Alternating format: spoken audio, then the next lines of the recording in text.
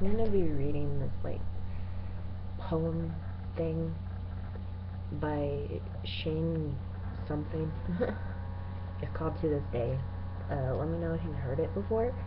But the reason that I'm gonna be reading it is because a lot of people say that the video is a little creepy, but it's not the video that's supposed to be getting to you. It's literally the words and what he says. And if you've been through bullying or anything like that, you'll understand. I mean, listen to the words instead of the video.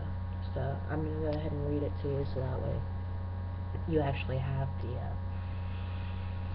words to listen to instead of this. Okay.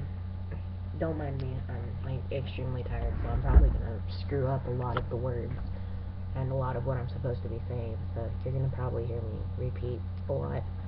But this is one of my favorite like poem things, and it's amazing. I love it very much, and it's called To This Day. Remember that, To This Day.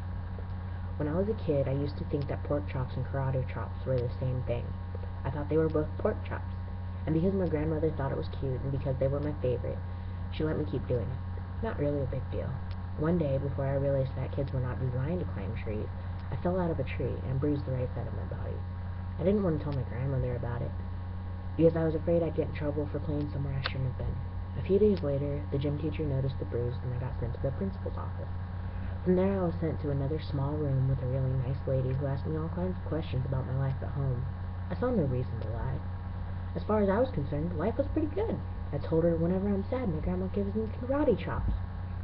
This led to a full-scale investigation, and I was removed from the house for 3 days, until they finally decided to ask me how I got the bruises.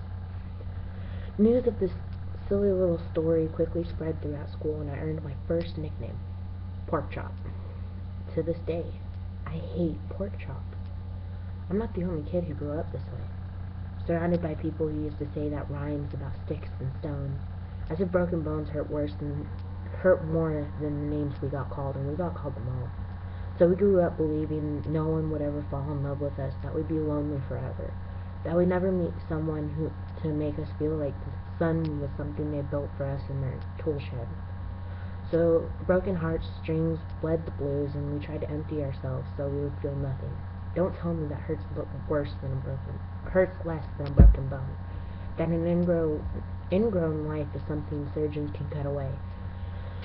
That there's no way for it to metastasize, and it does. She was 8 years old, our first day of grade 3, when she got called ugly. We both got moved to the back of class so we would stop being bombarded by spitballs. But the school halls were a battleground. We found ourselves outnumbered day after wretched day. We used to stay inside for recess because outside it was worse. Outside we'd have to rehearse running away or learn to stay still like statues, giving no clues that we were there. In grade 5, they taped a sign to her desk that read, "Beware of dogs." To this day, despite a loving husband, she doesn't think she's beautiful because of a birthmark that takes up a little less than half her face. Kids used to say she looks like a wrong answer that someone tried to erase but couldn't quite get the job done. And they'll never understand that she's raising 2 kids whose definition of beauty begins with the word mom, because they see her heart before they see her skin. Because she's only ever always been amazing. He was a broken branch, drafted onto a different family tree, adopted, not because his parents opted for a different destiny. He was 3 when he became a mixed drink. One part left alone, and 2 parts tragedy. Started therapy in 8th grade. He had a personality made up of tests and pills. Lived like the uphills were mountains and the downhills were cliffs. 4/5 suicidal, and a tidal wave of antidepressants, and an adolescent being called pauper. 1 part because of the pills, 99 parts because of the cruelty.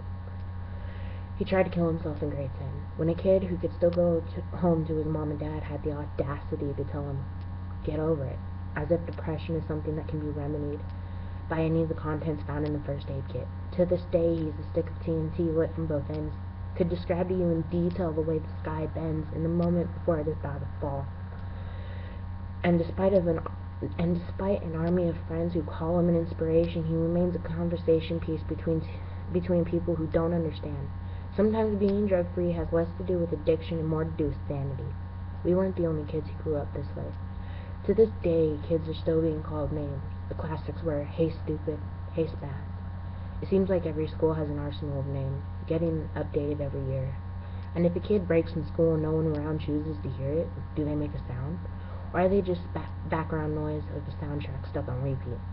When people say things like kids can be cruel, every school was a big top circus tent, and the pecking order went from acrobats to lion tamers, from clowns to carnies. All of these were miles ahead of who we were. We were freaks, lobster-clawed boys and bearded ladies, oddities. Juggling depression and loneliness, playing solitaire, spin the bottle, trying to kiss the wounded parts of ourselves and heal. But at night, while the others slept, we kept walking the tightrope. It was practice, and yes, some of us fell, but I wanted to tell them that all of this is shit. It's just debris left over from when we finally decided to smash all the things we thought we used to be. And if you can't see anything beautiful about yourself, get a better mirror. Look a little closer. Stare a little longer. Because there's something inside you that made you keep trying, despite all of those who told you to quit. You built a cast around your broken heart, and you signed it yourself. You signed it. They were wrong. Because maybe you didn't belong to a group or a clique. Maybe they decided to pick you last for basketball or everything. Maybe you used to bring bruises and broken teeth to show and tell, but never told. Because how can you hold your ground when everyone around you wants to bury you beneath it? You have to believe they were wrong. They have to be wrong. Why else would we still be here? We grew up learning to cheer on the underdog because we see ourselves in them. We stem from a rooted plant and belief that we are not what we were called. We are not abandoned cars stalled out on and sitting empty on a highway. And if some way we are, don't worry. We only got out to walk and get gas. We're graduating members from a class if we made it. Not the faded echoes of voices crying out. Names will never hurt me. Of course they did. But our lives will only ever always continue to be a balancing act that has less to do with pain and more to do with beauty. So anyways, that's like my favorite thing ever. I know this video is kind of long, but I needed to read that and get it out and kind of get some things off my chest. As I said before this video started, a lot of people thought that the video was weird, creepy, and all this other stuff, but honestly it really wasn't. It was a very inspirational video, and it's a very inspirational poem, I guess.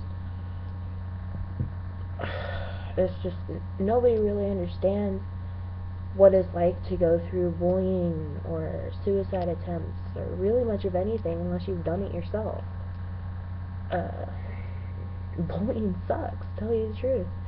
I've lost so many friends because of bullying, and I don't know, I guess I'm trying to tell people not to bully because it's not right. Honestly, it's not, but I guess that's for a different video that I'll probably make up later on today because I can't sleep. But yeah, that was called To This Day by Shane Koyczan or something like that. I'm gonna type the name of it on the bottom in my description area, so that way you guys can go look it up and see either the video or just listen to it. It's an amazing video. It's so inspirational, especially if you're going through bullying. So if you're going through bullying, I really recommend that you listen to it. It's amazing. It really is.